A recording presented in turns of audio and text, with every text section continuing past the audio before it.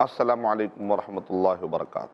الحمدللہ رب العالمین والصلاة والسلام علی رسولہ الکریم وعلی آلہ واصحابہ اجمعین، اما بعد فاعوذ باللہ من الشیطان الرجیم، بسم اللہ الرحمن الرحیم، وما خلقت الجن والانس الا لیعبدون۔ بسم اللہ الرحمن الرحیم، رب اشرح لی صدری ویسر لی امری واحلل عقدۃ من لسانی یفقہوا قولی۔ میں سب سے پہلے اللہ سبحانہ و تعالیٰ کا شکر بجا لاتا ہوں، بے پا درود و سلامتی ہو محمد مصطفیٰ صلی اللہ علیہ وسلم پر۔ محترم ناظرین کرام، گزشتہ ایپیسوڈ میں نے آپ کے سامنے بتلایا تھا کہ عبادت کا ایک وسیع مفہوم ہے، لیکن ہم نے محدود کر دیا ہے۔ کوئی آدمی سمجھتا ہے میں اللہ کی بات کر رہا ہوں تو وہ سمجھتا ہے کہ میں مصلی بچھاؤں گا اور نماز پڑھ لوں گا۔ ایک آدمی سمجھتا ہے کہ میں بھی اللہ کی بات کر رہا ہوں، جیسے رمضان مبارک ختم ہوتا ہے تو پھر واپس گناہوں کی لائف میں چلا جاتا ہے۔ ایک آدمی سمجھتا ہے کہ میں اللہ کی بات کر رہا ہوں، مسجد سے باہر نکلتا ہے تو باہر جھوٹ بولے گا، بازار میں کسی کے ساتھ دغا کرے گا، دھوکہ دے گا۔ تو آدمی جب ملنے جلنے کے دوران اپنے سامنے والے کا خیال نہیں کرتا۔ اخلاق کا مطلب کیا ہے؟ سامنے والے کا خیال کرنا۔ لیکن ایک آدمی اپنے سامنے والے کا خیال نہیں کر سکا تو گویا کہ اس نے قرآن مجید کے تعلیمات کو سمجھا ہی نہیں۔ اپنے پیدا کرنے والے کے حق اور جن جن کو پیدا کیا ہے ان کا احترام، حقوق اللہ اور حقوق العباد، حقوق المخلوقات سمجھے ایک معنی، یعنی کہ حقوق الخالق اور حقوق المخلوق۔ پہلا جو حق بنتا ہے وہ اللہ سبحانہ و تعالیٰ، حقوق اللہ، اللہ سبحانہ و تعالیٰ کے کچھ حقوق ہے، یعنی اللہ سبحانہ و تعالیٰ کے ساتھ اس کے اکیلے کی عبادت کی جائے، اس کے ساتھ کسی کو بھی شریک نہ کیا جائے۔ اللہ سبحانہ و تعالیٰ کے ساتھ کسی کو شریک نہیں کرنا، اللہ تعالیٰ کو مانتے ہوئے کسی کو شریک کرنا بھی غلط، اللہ ہی کا انکار کر دینا بھی غلط، اللہ تعالیٰ کو چھوڑ کر کسی اور کو لینا بھی غلط، سرے سے خدا کا انکار کر دینا بھی غلط۔ ان سب عقیدوں میں سب سے بیسٹ کیا ہے؟ ایک اللہ کو، اس کی ذات، اللہ کی ذات، اللہ کے نام، اللہ کی صفتیں، اللہ کے کام اور اللہ کے ساتھ کی جانے والی باتوں میں کسی کو شریک نہ کرتے، ایک اللہ سبحانہ و تعالیٰ کو سارے حقوق ادا کر دینا، اس کو کہتے ہیں توحید۔ تو حقوق اللہ جب آپ ادا کرتے، اللہ کے حقوق ادا کرتے ہیں تو توحید کا خیال رکھنا بہت ضروری ہے۔ اور حقوق العباد، آپ یہ سارے جو کام کر رہے ہیں، چاہے وہ آپ کے عمل سے کسی بھی، آپ کا جو بھی عمل ہوگا، عبادت کا بہت ہی وسیع معنی ہے، جو بھی آپ کرتے ہیں یا جو بھی آپ کہتے ہیں۔ آپ کرنے میں آدمی عمل العین، آنکھ کا عمل، عمل الاذن، کان کا بھی عمل ہے، عمل اللسان، زبان کا بھی عمل ہوتا ہے، عمل القلب، دل کا بھی کام ہوتا ہے۔ دل کا کام کیا ہے؟ توکل ہے، امید ہے، خوف ہے، عقیدے والا خوف اللہ تعالیٰ کے لیے ہونا چاہیے، توکل صرف اللہ تعالیٰ پر ہونا چاہیے، امید جو اللہ تعالیٰ کے ساتھ امید ہوتی ہے ویسی امید پھر کسی اور کے ساتھ آپ نہیں لگا سکتے۔ ایک نیچرل خوف ہو سکتا ہے، شیر سامنے آ گیا، نہیں میں اللہ کے علاوہ کسی سے نہیں ڈرتا ہوں، تو یہ بات غلط ہے۔ مسبب نے کہا اسباب اپناؤ، آپ بچ سکتے ہو تو اپنا بچاؤ کری۔ تو ایک نیچرل ڈر ہوتا ہے، وہ معاف ہے۔ ایک ہوتا خوف تعظیم والا، جیسے کہ استاذ کی آپ قدر کرتے ہیں یا والد صاحب کی قدر کرتے ہیں، ان کو دیکھتے ہوئے آپ کو ایک عظمت کے خاطر آپ تھوڑا سا خوف کھاتے ہیں، تب بھی کوئی گناہ نہیں۔ لیکن جو عقیدے والا ہوتا ہے، عقیدے والا خوف، وہ اللہ تعالیٰ کے علاوہ کسی اور کے ساتھ نہیں ہونا چاہیے۔ تو دل کا بھی عمل ہوا نا، آنکھ کا بھی عمل ہے کہ اس آنکھ سے آپ کیا دیکھ رہے ہیں اور کیا نہیں دیکھ رہے ہیں، اس میں بھی حلال و حرام ہے۔ کان سے آپ کیا سن رہے ہیں اور کیا نہیں سن رہے ہیں، اس میں بھی حلال و حرام ہے۔ آپ ہاتھ سے کیا کر رہے ہیں، آپ کے جوارح سے، آپ کے جسم کے جتنے بھی اعضاء ہے، اس سے آپ کیا کر رہے ہیں اور کیا نہیں کرنا ہے، قرآن و صحیح حدیث میں وہی بتا دیا گیا۔ یعنی کہ محبت میں بھی حلال محبت ہوتی ہے، حرام محبت ہوتی ہے، جائز محبت ہوتی ہے، ناجائز محبت ہوتی ہے۔ غصے میں بھی جائز غصہ ہوتا ہے، ناجائز غصہ ہوتا ہے۔ کمائی میں بھی جائز کمائی ہوتی ہے، ناجائز کمائی ہوتی ہے۔ عقیدے میں بھی صحیح عقیدہ ہوتا ہے، غیر صحیح عقیدہ ہوتا ہے۔ تو حقوق اللہ آپ ادا کریں، اللہ کے حقوق، یا بندوں کے حقوق ادا کریں۔ تو عبادت کا ایک وسیع معنی ہے۔ گزشتہ ایپیسوڈ میں نے ڈیٹیل سے بتایا تھا کہ عبادت کی قسمیں کتنی ہیں، عبادت کے ارکان کتنے ہیں، اور جب ہم کہتے ہیں لا الہ الا اللہ، نہیں ہے کوئی سچا معبود سوائے اللہ کے، تو تو یہ لا الہ الا اللہ کا جو کلمہ ہے اس کے اندر یہ ہے کہ اللہ کی ذات کو اگر آپ نے مان بھی لیا، اللہ کے ناموں اور صفتوں کو بھی اگر آپ مان لیتے ہیں اور یہ مانتے ہیں کہ پوری کائنات اللہ نے پیدا کیا، لیکن جب عبادت دینے کا معاملہ آتا ہے، اللہ کے ساتھ آپ کسی کو شریک کرتے ہیں تو اس کی اجازت نہیں ہے۔ لا الہ الا اللہ میں یہی نکتہ ہے کہ نہیں ہے کوئی سچا معبود سوائے اللہ کے، یعنی عبادت اب آپ کرنے جائیں گے تو جس سے آپ نعمتیں لے رہے ہیں، جس سے آپ نے زندگی لی، جو موت و حیات کا دینے والا ہے، جو ہمارے زندگیوں کا دینے والا ہے، جس نے ہمیں پیدا کیا، جس نے پوری کائنات کو پیدا کیا، اسی کی تو عبادت ہونی چاہیے۔ عقل تو یہی کہتی ہے کہ آپ بارش تو اوپر سے لے رہے ہیں لیکن عبادتیں کہیں اور دے رہے ہیں، تو پھر وہ صحیح نہیں ہے۔ لا الہ الا اللہ میں شیخ ابن عثیمین رحمۃ اللہ علیہ فرما رہے ہیں کہ اس کے اندر دو رکن ہے، غور کر کے دیکھیں آپ، ایک ہے النفی، دوسرا ہے الاثبات۔ ایک ہوتا ہے نفی کر دینا، ڈینائی کر دینا، نیگیشن کرنا، نہیں کہنا، دوسرا ہوتا ہے ثابت کر دینا۔ کس چیز کا آپ انکار کر رہے ہیں؟ معبودان باطلہ، اللہ کے علاوہ جتنے بھی باطل معبود ہیں، من گھڑت معبود ہیں، ان سب کا پہلے انکار۔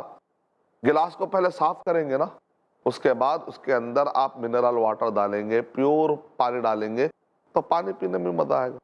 گلاس گندا ہے، پھر آپ پانی ڈال رہے ہیں تو پانی بھی گندا ہو جائے گا۔ تو پہلے دل کو پاک کرنا ہے، دل کو پہلے صاف کر دینا ہے۔ اس کے بعد اس دل میں یہ عقیدہ بٹھا لیجئے کہ اللہ سبحانہ و تعالیٰ ہی، اب اسی کے بارے میں آپ کو عقیدہ رکھنا ہے، توحید ربوبیہ، توحید اسماء و صفات، توحید الوہیت۔ 5 پوائنٹ دماغ میں رکھنا بہت ضروری ہے اگر آپ توحید کا کانسیپٹ سمجھنا چاہتے ہیں۔ توحید اچھی طرح سمجھ میں آ جائے گا تو لا الہ الا اللہ کا معنی سمجھ میں آ جائے گا۔ توحید اگر اچھا سمجھ میں آ جائے گا، ایاک نعبد و ایاک نستعین، ہم تیری ہی بات کرتے ہیں اور تجھی سے مدد مانگتے ہیں، یہ بھی سمجھ میں آ جائے گا۔ توحید اچھے طریقے سے سمجھ میں آ جائے گا تو عبادت کا وسیع معنی اور مفہوم بھی سمجھ میں آ جائے گا کہ سارے عمل، سارے وہ قول، وہ سارے کام، وہ سارے باتیں جو چھپا کر یا دکھا کر آپ کرتے ہیں، اللہ اور اس کے رسول صلی اللہ علیہ وسلم کی رضامندی کے مطابق ہونا چاہیے، اور یہ ساری باتیں اللہ کے لیے ہونی چاہیے، محمد صلی اللہ علیہ وسلم کے بتلائے ہوئے طریقے کے مطابق ہونے چاہیے۔ تو توحید سمجھ جائیں گے تو یہ مفہوم اور اچھے طریقے سے کلیئر ہو جائے گا۔ 5 پوائنٹ میں آپ کو دینا چاہتا ہوں، اگر آپ یہ 5 پوائنٹ اچھے طریقے سے دماغ میں بٹھا لیں گے انشاءاللہ، بیسیکلی بنیادی طور پر خود کو توحید سمجھانے اور لوگوں کو توحید سمجھانے کے لیے آپ کو آسانی ہو جائے گی انشاءاللہ۔ اللہ کی ذات، اللہ کے نام، اللہ کی صفتیں، اللہ کے کام، اللہ کے ساتھ کی جانے والے عبادتیں، اس میں کسی کو شریک نہ کرتے ہوئے یہ سارے حقوق ایک اللہ سبحانہ و تعالیٰ کو حوالے کر دینا، محمد صلی اللہ علیہ وسلم کے بتلائے ہوئے طریقے کے مطابق، اس کو کہتے ہیں توحید۔ اللہ کی ذات کے مقابلے کوئی ذات ہے کیا؟ ہو ہی نہ سکتا۔ وَلَمْ يَكُنْ لَهُ كُفُوًا أَحَدٌ، اللہ تعالیٰ کے مد مقابل تو کوئی ہے ہی نہیں۔ اللہ کے ناموں اور صفتوں کے مقابلے میں کوئی ہے کیا؟ ہو ہی نہیں سکتا۔ لَيْسَ كَمِثْلِهِ شَيْءٌ، اللہ تعالیٰ کے جیسا تو کوئی ہو ہی نہیں سکتا۔ وَهُوَ السَّمِيعُ الْبَصِيرُ، اللہ تعالیٰ سننے والا، اللہ تعالیٰ دیکھنے والے۔ اللہ تعالیٰ جو سنتے، اللہ تعالیٰ جو دیکھتے، ویسا کوئی دیکھ نہیں سکتا، ویسا کوئی سن نہیں سکتا، اور اس کے شان کے مطابق ہے سماعت، اس کے شان کے مطابق ہے بصارت۔ اللہ سبحانہ و تعالیٰ کے نام اور اللہ سبحانہ و تعالیٰ کے صفتیں اس کے شان اور اس کے جلال کے مطابق ہے۔ اللہ کی ذات، اللہ کے نام، اللہ کے صفتیں اور اللہ کے کام۔ یہ پوری کائنات پیدا کرنے والا کون ہے؟ اللہ۔ اس کائنات کو چلانے والا کون ہے؟ اللہ۔ ربوبیہ مانے پورے کائنات کو چلانے والا، قیوم، سارے اس پر ڈیپینڈ ہے لیکن اللہ تعالیٰ کسی پر بھی ڈیپینڈ نہیں ہے۔ الصمد، سارے اللہ تعالیٰ پر ڈیپینڈ ہے لیکن اللہ تعالیٰ کسی پر بھی ڈیپینڈ نہیں ہے۔ سارے اللہ کے محتاج ہے لیکن اللہ تعالیٰ کسی کا بھی محتاج نہیں ہے۔ تو یہ پوری کائنات کا آقا، مالک، کرتا دھرتا، ان سب کو چلانے والا کون ہے؟ تصرف کا مالک اللہ سبحانہ۔ اللہ سبحانہ تعالیٰ کا خالق بھی ہے، مالک بھی ہے، پالنہار بھی۔ اللہ سبحانہ و تعالیٰ کی ذات، اللہ سبحانہ و تعالیٰ کے نام، اللہ سبحانہ و تعالیٰ کی صفتیں اور اللہ تعالیٰ کے کام۔ اور 5واں پوائنٹ ہے اللہ سبحانہ و تعالیٰ کے ساتھ کی جانے والی عبادتوں میں کسی کو شریک نہ کرتے ہوئے ایک اللہ سبحانہ و تعالیٰ کو یہ سارے حقوق ادا کر دینا، محمد صلی اللہ علیہ وسلم کے بتلائے ہوئے طریقے کے مطابق۔ اس کو کہتے ہیں کہ آپ نے توحید کا معنی اچھے طریقے سے سمجھ لیا۔ ایاک نعبد و ایاک نستعین، ہم تیری بات کرتے ہیں اور تجھی سے مدد مانگتے ہیں۔ تو رمضان المبارک کے اندر اگر ہم عبادت کا معنی اچھے طریقے سے سمجھ جائیں گے آپ اعتکاف کر رہے ہیں، عبادت کر رہے ہیں، آپ روزہ رکھ رہے ہیں، عبادت کر رہے ہیں، آپ سحری کھا رہے ہیں، عبادت کر رہے ہیں، آپ افطار کر رہے ہیں، عبادت کر رہے ہیں، آپ سودا لانے جا رہے ہیں، عبادت کر رہے ہیں، کیونکہ آپ یہ سارے عمل کس کو خوش کرنے کے لیے کر رہے ہیں؟ اللہ تعالیٰ کو۔ اگر رمضان المبارک میں سحری کے وقت پر گھر میں خواتین جلدی اٹھ کر روزداروں کے لیے سحری کا انتظام کر رہے ہیں، آپ عبادت کر رہے ہیں۔ اگر آپ افطار کے وقت پر روزے دار جو بھوکے ہوتے ہیں ان کو پانی کا انتظام کر رہے ہیں، برف کا انتظام کر رہے ہیں، شربت کا انتظام کر رہے ہیں، میوے، فروٹ اور سلاد کا انتظام کر رہے ہیں، آپ بازار سے جا کر سودا لاتے ہیں، خواتین باورچی خانے میں، کچن میں، گرمی ہوتی ہے، تکلیف ہوتی ہے، لیکن وہ کہتے ہیں کہ اللہ تعالیٰ اس کا اجر دے گا، سکون آ جائے گا، طاقت مل جائے گی۔ اگر آپ یہ سوچیں گے کہ جب بھی رمضان آتا ہے مجھے اتنا زیادہ کام لگ جاتا ہے، تو کام اور لگاتے ہیں، تو جیسے بعض اوقات پارٹ ٹائم کرتے ہیں، اگر زیادہ سیلری ملتی ہے تو کیا کرتے ہیں؟ پارٹ ٹائم کرتے ہیں۔ تو رمضان المبارک میں پارٹ ٹائم کریے۔ پارٹ ٹائم کا مطلب یہ ہے کہ اصلی ٹائم اور پارٹ ٹائم، اوور ٹائم کریے۔ یعنی مطلب یہ ہے کہ موسم ہے نیکیاں لوٹنے کا ہے، لیکن صرف کھانا پکاتے ہی مت رہ جائیے، یہ ثواب بڑا اچھا لگ رہا ہے، نہیں، عبادت کی اور بھی شکلیں ہیں۔ کم سے کم کھائیے، کھانے پر توجہ ذرا کم دیجیے۔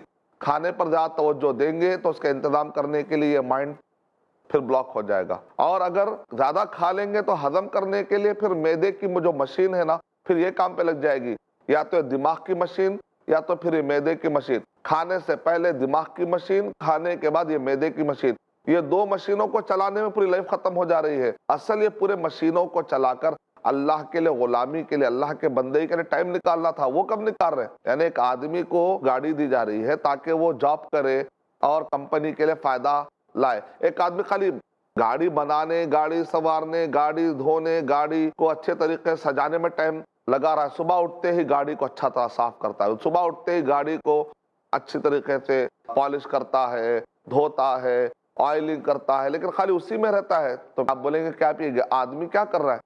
تو اللہ تعالیٰ نے ہمارے روح کے ساتھ، اللہ نے جسم کی جو گاڑی دی ہے، صرف اس کو سنوارنے میں، اس کے بال بنانے میں، اس کے کپڑے پہننے میں، اس کو پہنانے میں، اس کو اچھا کھلانے میں، تو آپ خالی گاڑی گاڑی گاڑی کے پیچھے پڑے ہوئے ہیں۔ اس گاڑی سے کچھ کام تو کریے، اس گاڑی کو لے کر کچھ نیک کام تو کریے۔ تو ایک آدمی اگر افطار کی تیاری کر رہا ہو تو دوسروں کا بھی خیال کرے، ہو سکتا کوئی بھوکا ہوگا، کھانا بنا رہے ہیں اور بھی لوگوں کا خیال کر لیجئے۔ اور اسی طریقے سے اس رمضان مبارک میں اگر زکوٰۃ ادا کرنا باقی ہے تو زکوٰۃ ادا کرنا ہے، اور اسی طریقے سے اعتکاف کا ارادہ ہے تو اس کے لیے پہلے سے آپ کو پلاننگ کرنا پڑے گا تاکہ ایک سو ہو سکے آپ اعتکاف میں۔ اور اس سے پہلے کہ آخری دہے کے راتیں آئے، اپنے آپ کو پورا فارغ البال کرنا ہے تاکہ آپ کو رات میں جاگ کر عبادت کرنا ہے، کیونکہ اس میں لیلۃ القدر ہے۔ لیلۃ القدر خیر من الف شہر، 1000 مہینوں سے بھی زیادہ، اگر کوئی آدمی 1000 لگاتار عبادت کرے گا، وہ 1000 مہینے خیر من الف شہر، 1000 مہینوں سے بھی زیادہ بہتر عبادت کا آپ کے سامنے ایک موقع ہے۔ آپ 1000 مہینے عبادت کریں گے تو اس وقت پر آپ کے پاس جو عبادت جمع ہوتی ہے وہ ایک رات میں عبادت کرنے سے اتنا ثواب مل سکتا ہے۔ یعنی یوں سمجھے کہ 83 ایئرز سے بھی زیادہ، 83 سال سے بھی زیادہ، 83 سال میں 83 مرتبہ حج ہو سکتا ہے، 83 مرتبہ کم سے کم عمرہ ہو سکتا ہے، 83 مرتبہ 83 مرتبہ رمضان مبارک کے روزے آتے ہیں، 83 ایئرز میں نہ جانے کتنے مرتبہ ایک آدمی نماز پڑھ لے سکتا ہے۔ گزشتہ زمانے میں عمریں بہت زیادہ تھی، بڑی بڑی عمر، 950 سال، نوح علیہ السلام کے صرف دعوتی لائف 950 سال، لیکن آج تو اتنی بڑی عمر نہیں ہے، 60 سال 70 سال، خلاص آدمی فنش ہو جاتا ہے۔ اب اس کم عمر میں وہ کیا طریقہ ہے جس کے ذریعے سے آدمی یہ کوشش کرے کہ میں اسمارٹ متقی بنوں، میں ایک سمجھدار اور عقل مند متقی بنوں کہ میں کم ٹائم میں زیادہ ثواب کیسے کماؤں؟ تو اس کا طریقہ ہے کہ آپ لیلۃ القدر میں آپ اپنے آپ کو مضبوط کر لیجئے، اپنے آپ کو ایک سوئی کر لیجئے۔ اگر آپ قرضے ذہن پہ رکھیں گے، اننیسیسری نئے نئے ڈیلز، نئے نئے وعدے، نئے نئے بزنس میں اپنے آپ کو مبتلا کر لیں گے، زیادہ کمانے کی لالچ میں، آپ اتنی اہم عبادت کھو لیں گے اپنی لائف سے۔ آخری کا دہا آتے ہی کوشش یہ کریے کہ آخری کے دہا کے ساری راتیں عبادت میں گزرے، یا کم سے کم 5 راتیں، 21، 23، 25، 27 اور 29۔ انا انزلناہ فی لیلۃ القدر وما ادراک ما لیلۃ القدر لیلۃ القدر خیر من الف شہر تنزل الملائکۃ والروح فیہا باذن ربہم من کل امر۔ کیا کہہ رہے؟ اس رات میں اللہ تعالیٰ فرشتوں کو حوالے کرتے ہیں تقدیر۔ سورہ دخان میں اللہ سبحانہ و تعالیٰ ارشاد فرما رہے ہیں کہ انا انزلناہ فی لیلۃ مبارکہ، ہم نے اس قرآن مجید کو ایک مبارک رات میں اتارا ہے۔ سورہ قدر پڑھنے سے کیا پتہ چل رہا ہے کہ یہ لیلۃ القدر ہے۔ فیہا یفرق کل امر حکیم، اور اس کے اندر تقدیر بانٹی جاتی ہے۔ ابن عباس رضی اللہ تعالیٰ کہتے ہیں، سعید بن جبیر، سعید بن المسیب رحمۃ اللہ علیہ، مجاہد رحمۃ اللہ علیہ، اکرمہ، ابن عباس رضی اللہ تعالیٰ کے شاگردوں کے جو آتھینٹک روایتیں ہیں، انہوں نے کہا کہ لوگ لیلۃ القدر میں سو رہے ہیں جبکہ ان کی تقدیر وہاں بانٹی جا رہی۔ اگر وہ اٹھتا دعا کرتا کہ اے اللہ آنے والے سال میں مجھ پر کوئی مصیبتیں اگر آنے والی ہوں تو اے اللہ تقدیر میں آپ ابھی لکھ دیجئے کہ آنے والے سال میں سارے مصیبتیں مجھ سے معاف فرما دیجئے۔ قرضہ اگر آنے والا ہے تو اے اللہ مجھ سے قرضہ ٹلا دیجئے۔ اے اللہ اس سال اگر حج کے کرنے والوں کے خوش نصیبوں میں میری فہرست آ سکتی ہے تو اے اللہ مجھے حج نصیب فرمائیے۔ یعنی تقدیر بٹ رہے اور آدمی سو کر گزارے نہیں۔ اگر آپ اس رات میں عبادت کر لیں گے تو نہ صرف گزرے ہوئے گناہ کو ہم معاف کروا سکتے ہیں بلکہ آنے والے سال کے مکمل ایک سال کی تقدیر جو فرشتوں کو اللہ سبحانہ و تعالیٰ ہینڈ اوور کر رہے ہیں، اس وقت پر اگر دعا کرے گا تو دعا تقدیر کو پلٹ سکتی ہے۔ کیوں نہ آنے والے سال کی مصیبتوں کو آپ صاف کریں، اپنے لیے، اپنے گھر والوں کے لیے، اپنے فیملی کے لیے، اپنے پورے خاندان کے لیے، پورے انسانوں کے لیے، پورے امت مسلمہ کے لیے۔ اگر ہم اچھے طریقے سے سوچیں گے عبادت کے وسیع مفہوم کو تو جاگنا بھی عبادت ہے، اعتکاف کرنا بھی عبادت ہے، افطار کرنا بھی عبادت ہے، سحری کرنا بھی عبادت ہے، روزہ عبادت ہے۔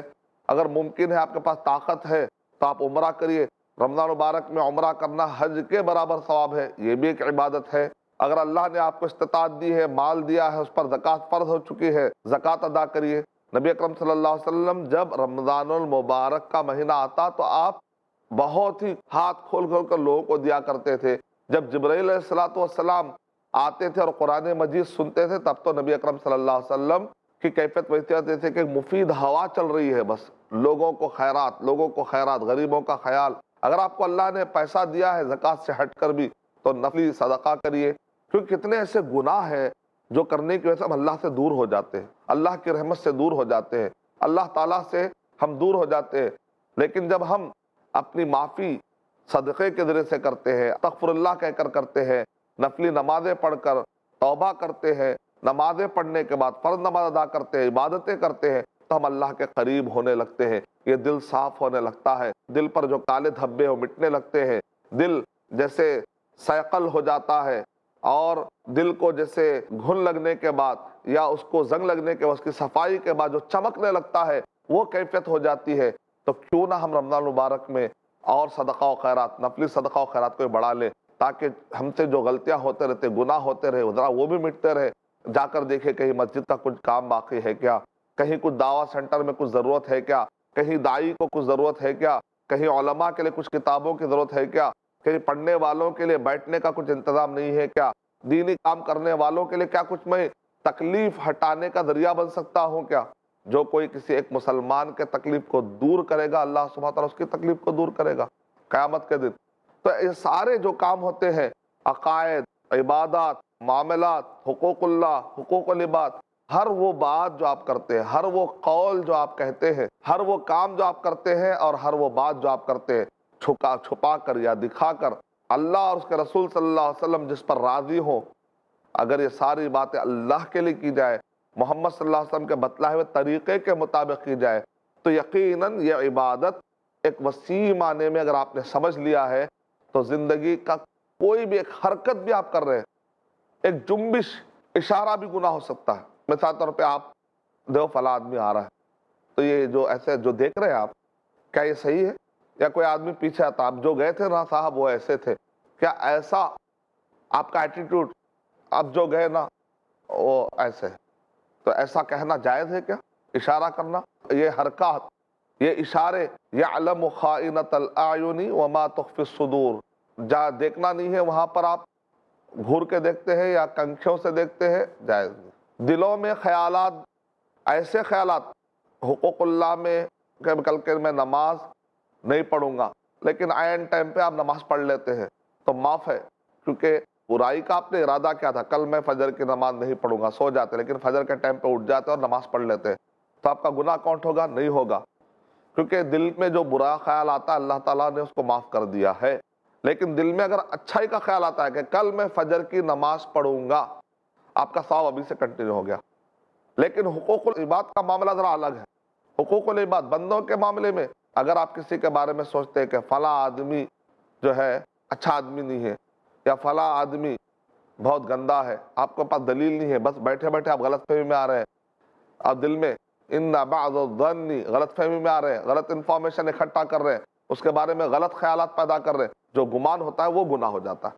حالانکہ دل میں جو آپ کا ارادہ ہوتا ہے، حقوق اللہ میں بہت کچھ معاف ہوتا ہے، لیکن حقوق العباد میں اس پر بھی پکڑ ہوتی ہے۔ یعلم خائنۃ الاعین وما تخفی الصدور، بغض، حسد، کینہ، جلن، کپٹ، پلاننگ، تو اپنے دلوں کو صاف کرنے کا مہینہ ہے، صبر کا مہینہ ہے، شکر کا مہینہ ہے، محبت کا مہینہ ہے، اتحاد کا مہینہ ہے۔ اپنی عبادتوں کو ریفریش اور اپنے بارے میں سیلف ایک انٹراسپیکٹس، اپنے بارے میں ایک مرتبہ سوچئے میں کہاں جا رہا ہوں، تزکیہ کرنے کا، اپنے ذہن کو صاف، اپنے دلوں کو صاف، اپنی آنکھوں کو صاف، اپنے کان کو صاف، اپنے پورے جسم کو صاف۔ اگر یہ حالت میں انشاءاللہ اللہ سبحانہ وتعالیٰ کے ساتھ عبادت کی جائے گی تو پھر منہ سے نکلنے والی بدبو بھی اللہ سبحانہ وتعالیٰ کے پاس انشاءاللہ مشک عنبر سے بھی زیادہ خوشبودار ہو جائے گی۔ میں اللہ تعالیٰ سے دعا کرتا ہوں کہ اللہ سبحانہ وتعالیٰ مجھے اور آپ سب کو عبادت کا وسیع معنی اور مفہوم سمجھ کر ایک کامل عبداللہ بننے کے اللہ تعالیٰ توفیق عطا فرمائے، آمین۔ وآخر دعوانا ان الحمد للہ رب العالمین۔